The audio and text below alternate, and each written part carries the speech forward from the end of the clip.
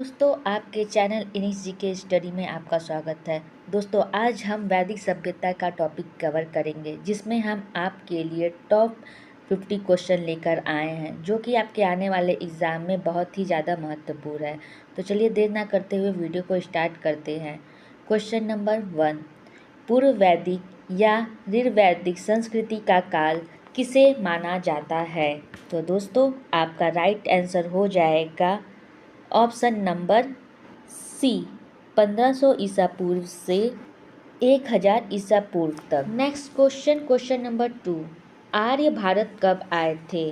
तो इसका right answer हो जाएगा दोस्तों ऑप्शन नंबर सी, 1500 ईसा पूर्व से लेकर 600 ईसा पूर्व तक। वैदिक आर्यों का मुख्य भोजन क्या था? जो आर्य लोग थे उनका प्रमुख भोजन क्या था? तो दोस्तों इसका राइट आंसर हो जाएगा ऑप्शन सी, दूध और दूध से बने प्रोडक्ट का भोजन करते थे। क्वेश्चन नंबर 4, पूर्व वैदिक आर्यों का धर्म प्रमुखता था। कहने का मतलब ये है पूर्व वैदिक आर्यों का धर्म क्या मुख्य था? तो दोस्तों इसका राइट आंसर हो जाएगा ऑप्शन डी, प्राकृतिक पूजा और हवन। तो आपका right answer option number D हो जाएगा। क्वेश्चन नंबर 5, वैदिक गणित का महत्वपूर्ण हिस्सा है। तो दोस्तों राइट ऑप्शन हो जाएगा ऑप्शन नंबर ए, शुल्ब सूत्र। तो अगला क्वेश्चन है हमारा क्वेश्चन नंबर 6, भारत के राज्य चिन्ह सत्यमेव जयते शब्द कहाँ से लिया गया है?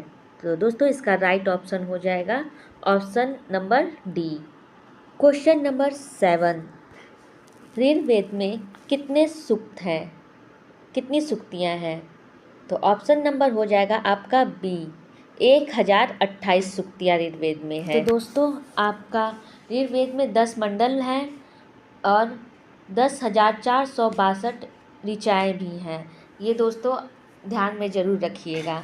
चलिए नेक्स्ट क्वेश्चन की तरफ बढ़ते हैं। क्वेश्चन नंबर 8, किस वेद में जादुई माया और वशीकरण का वर्णन है? तो दोस्तों राइट आंसर हो जाएगा आपका ऑप्शन नंबर ए, अथर्ववेद में आपका जादुई माया और वशीकरण का वर्णन किया गया है।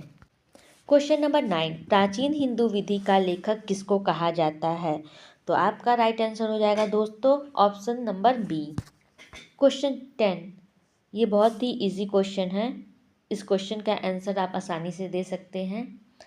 क्वेश्चन नंबर 10 ये कह रहा है वेदों की संख्या कितनी है?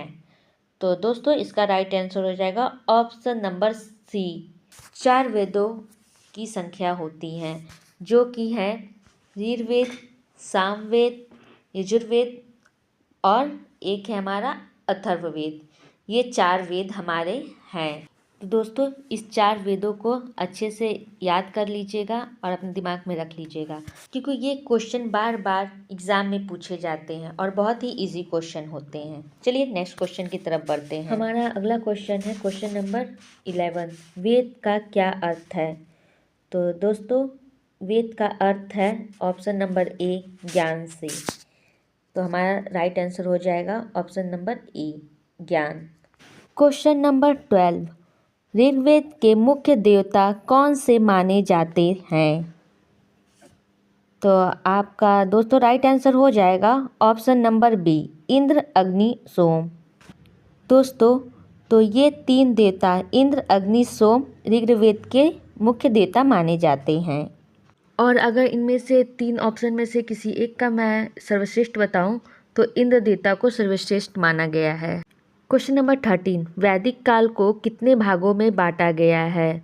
तो दोस्तों वैदिक काल को 2 भागों में बांटा गया है, ऋग्वैदिक काल और उत्तर वैदिक काल। चलिए नेक्स्ट क्वेश्चन की तरफ बढ़ते हैं, क्वेश्चन नंबर 14 की तरफ। सबसे पुराना वेद कौन सा है? तो दोस्तों इसका राइट आंसर हो जाएगा ऑप्शन बी, ऋग्वेद जो है वो हमारा सबसे पुराना वेद है। नेक्स्ट है क्वेश्चन नंबर 15, ऋग्वेद में कितने मंडल हैं? तो दोस्तों आपका राइट आंसर हो जाएगा ऑप्शन नंबर ए, 10। ऋग्वेद में कुल 10 मंडल हैं। क्वेश्चन नंबर 16, त्रिय नाम क्या है? तो दोस्तों आपका राइट आंसर हो जाएगा ऑप्शन बी, 3 वेदों को त्रिय नाम से जाना जाता है। क्वेश्चन नंबर 17, किस वेद को 2 शाखाओं में बांटा गया है? तो दोस्तों आपका राइट आंसर हो जाएगा बी। यजुर्वेद को 2 शाखाओं में बांटा गया है। क्वेश्चन नंबर 18, वैदिक काल में किस नदी को पवित्र माना गया है? तो दोस्तों इसका राइट आंसर हो जाएगा आपका ऑप्शन सी, सरस्वती नदी। सरस्वती नदी को वैदिक काल में पवित्र नदी माना गया है। चलिए नेक्स्ट क्वेश्चन की तरफ बढ़ते हैं। क्वेश्चन नंबर 19, लोहे का प्रयोग किस काल में हुआ है? तो दोस्तों इसका राइट आंसर हो जाएगा आपका ऑप्शन नंबर सी, वैदिक काल में। वैदिक काल में लोहे का प्रयोग किया गया है। क्वेश्चन नंबर 20, क्या वेदांग के नाम से जाना जाता है? तो दोस्तों वेदांग के नाम से आपको उपनिषद के नाम से जाना जाता है। तो दोस्तों इसका राइट आंसर हो जाएगा ऑप्शन सी, उपनिषद। चलिए चलते हैं क्वेश्चन नंबर 21 की तरफ। अर्थवेद में कितने कांड का उल्लेख किया गया है? तो दोस्तों इसका राइट आंसर हो जाएगा आपका ऑप्शन बी, 20। 20 कांडों का उल्लेख किया गया है अर्थवेद में। चलिए नेक्स्ट क्वेश्चन की तरफ बढ़ते हैं। क्वेश्चन नंबर 22 की तरफ। तो दोस्तों 22 ये कह रहा है गोपद ब्राह्मण संबंधित है। तो दोस्तों गोपद ब्राह्मण किससे संबंधित है? तो दोस्तों आपका राइट आंसर हो जाएगा ऑप्शन डी, अर्थवेद से संबंधित है। चलिए नेक्स्ट क्वेश्चन की तरफ। क्वेश्चन नंबर 23, किस वैदिक साहित्य में मोक्ष की चर्चा मिलती है? तो दोस्तों आपका राइट आंसर हो जाएगा, आपका राइट आंसर है ऑप्शन सी, उपनिषद। उपनिषद में मोक्ष की चर्चा मिलती है। क्वेश्चन नंबर 24, भगवत गीता अंश है। तो दोस्तों भगवत गीता किसका अंश है? कमेंट सेक्शन में ज़रूर बताएं। तो दोस्तों इसका राइट आंसर है महाभारत। क्वेश्चन नंबर 25, प्रथम विधि निर्माता कौन है? तो दोस्तों राइट आंसर हो जाएगा option B, Manu.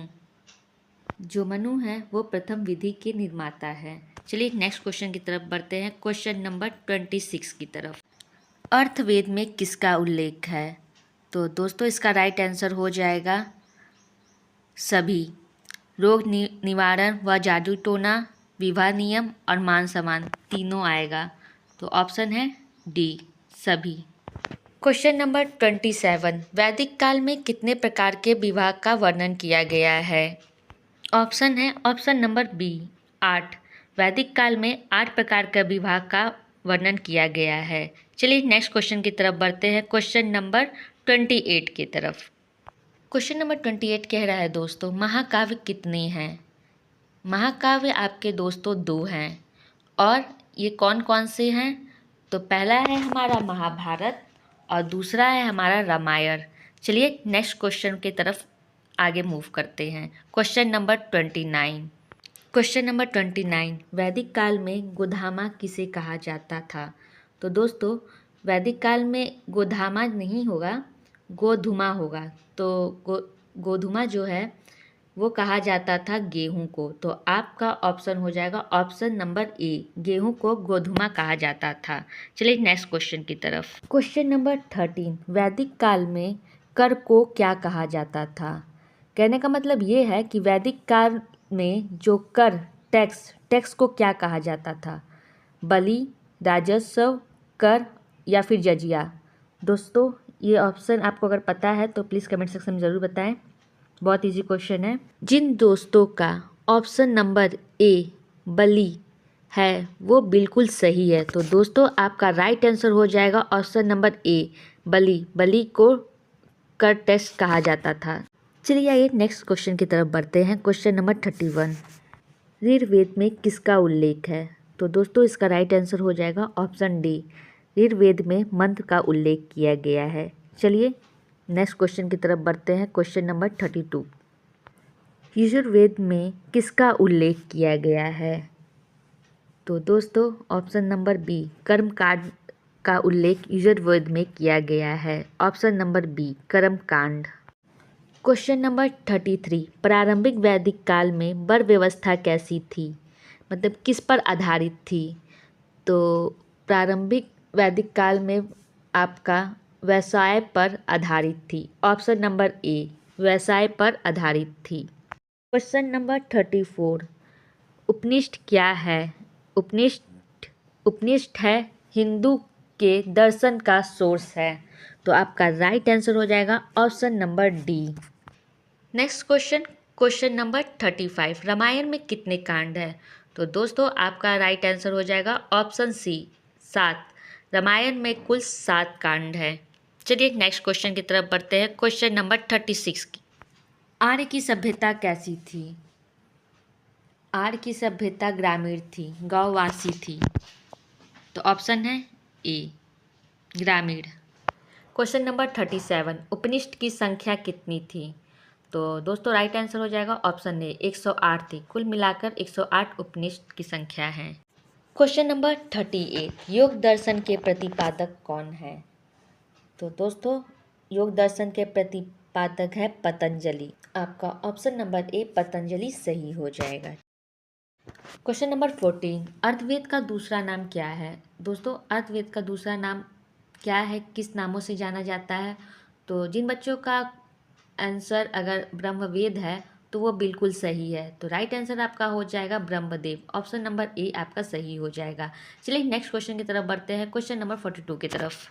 Question number 42, अस्तो मा सदगमय कहाँ से लिया गया है?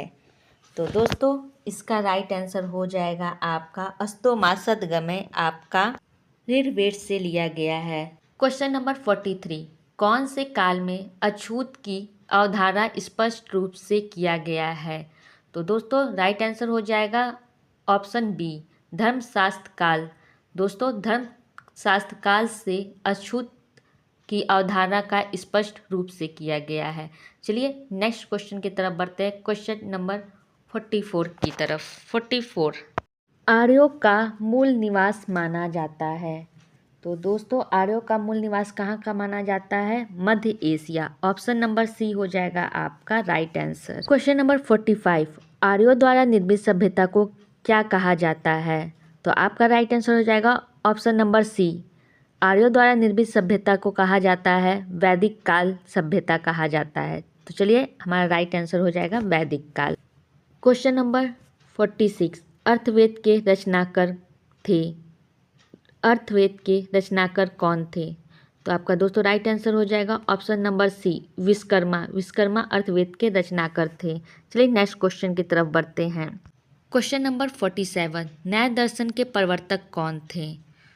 तो दोस्तों राइट आंसर हो जाएगा न्याय दर्शन के प्रवर्तक आपके गौतम थे। तो ऑप्शन हमारा हो जाएगा ऑप्शन नंबर डी।